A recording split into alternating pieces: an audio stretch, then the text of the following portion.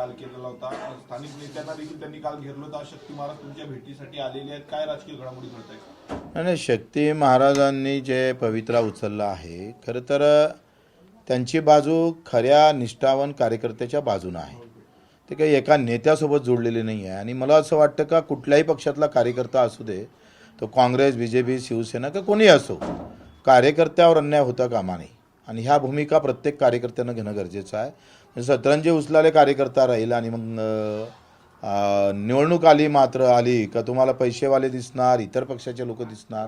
तुम्ही एक सांगा का पुऱ्या अमरावती जिल्ह्यामध्ये एक अरुण अडसड म्हणजे प्रताप अडसड जर सोडले तर मूळ BJPचा आमदार दाखवून बक्षीस मिळवा अशी अवस्था आहे. प्रवीण पोटे मूळ BJPचे आहे. तुमचा तिवशा वरुडचा आमदार मूळ BJPचा आहे. तुमचा अचलपूरचा आमदार मूळ BJPचा आहे. तुमचा केवरराम काळे मूळ BJPचा आहे. तुमचं तिवशाचा आमदार BJPचा आहे नाहीच आहे. मग तुमच्या केंद्रात आणि राज्यात सत्ता आहे साले हो, तर तुम्हाला स्थानिक कार्यकर्त्याला निवडून आणण्याची ताकद ठेवत नाही. म्हणजे सत्तेतून तुम्हाला कार्यकर्त्याला काय द्यायचं आहे? पुन्हा सतरंजा उचलाच्या आणि त्या काँग्रेसवाल्याच्या. म्हणजे अशा प्रकारच्या भूमिका भाजपा घेत आहे. मी सांगतोय ना का जी भाजपची जी मस्ती आली ना, ती मस्ती आता कार्यकर्त्यालाच ठेचायला लागली आहे.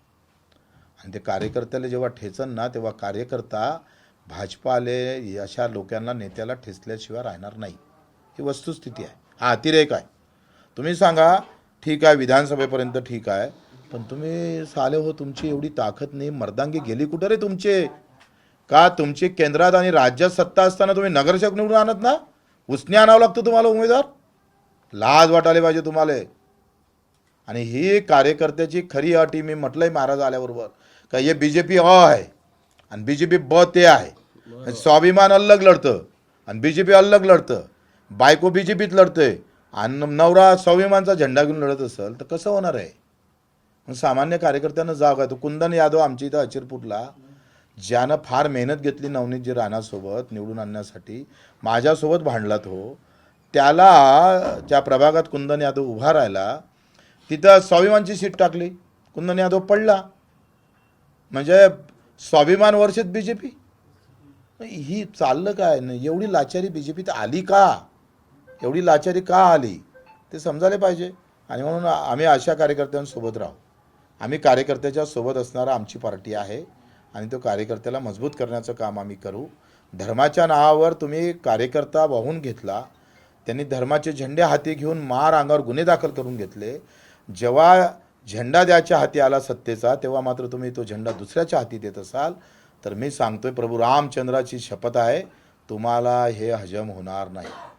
आप हरामी अगर करेंगे तो वहाँ के हरामी मधला जो राम आहे ना, तो तुमच्या छातीवर बसल. तो बसल्याशिवाय राहणार नाही. भाजपमधले जे दुर्लक्षित कार्यकर्ते यांना तुम्ही सोबत घेणार? बिलकुल, काय हरकत आहे? मी तर म्हणतोय कार्यकर्त्याचीच एक पक्ष असला पाहिजे आता. का अशा विविध पक्षातल्या कार्यकर्त्यावर जो अन्याय होतं त्याच्यासाठी तो कार्यकर्ता महार मेहनत करतं बिचारा, रात्रीचा दिवस करतोय. अरे जा रे आंध्र 100 याटो, आंध्र 100 माणसं, तो तयार आहे. अंगावर गुन्हे दाखल करायसाठी तो तयार आहे. आणि निवडणुकीची वेळ आली का त्याला तुम्ही बाजूना करत असाल तर मला वाटतं ते ठीक नाही आहे. त्यासाठी पक्षानं ह्या सुधारणा केल्या पाहिजे. काय कार्यकर्त्यासाठी स्कीम आहे सांगा बरं? तुम्ही सत्तेत इतके दिवस आहे, त्याचं आर्थिक बळ वाढलं पाहिजे, त्याचं पारिवारिक, त्याचं सामाजिक रचना वाढली पाहिजे. कुठल्या पक्षानं एखादा कार्यक्रम कार्यकर्त्यासाठी दिला? सगळे साला नेत्यांसाठी कार्यक्रम आहे.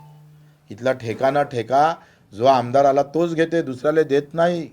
त्याचंही भलं होऊ देत नाही. त्याच्यात याचेच नातेवाईक पाहिजे, ते दुसऱ्याला देत नाही.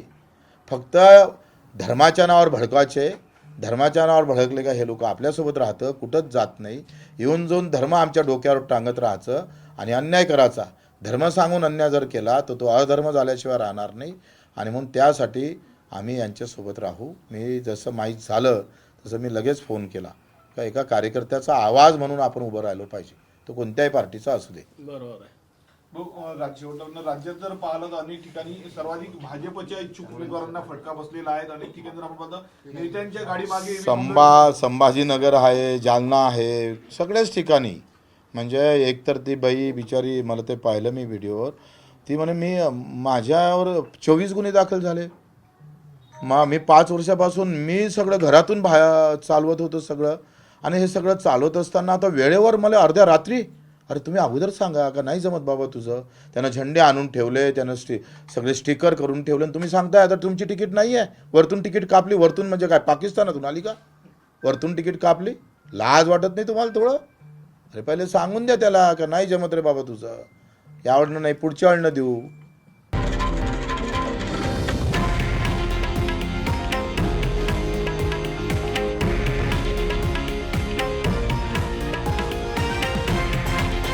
हे आहे देशातील नंबर 1 न्यूज नेटवर्क आणि आपण पाहत आहात TV9 मराठी, एकमेव.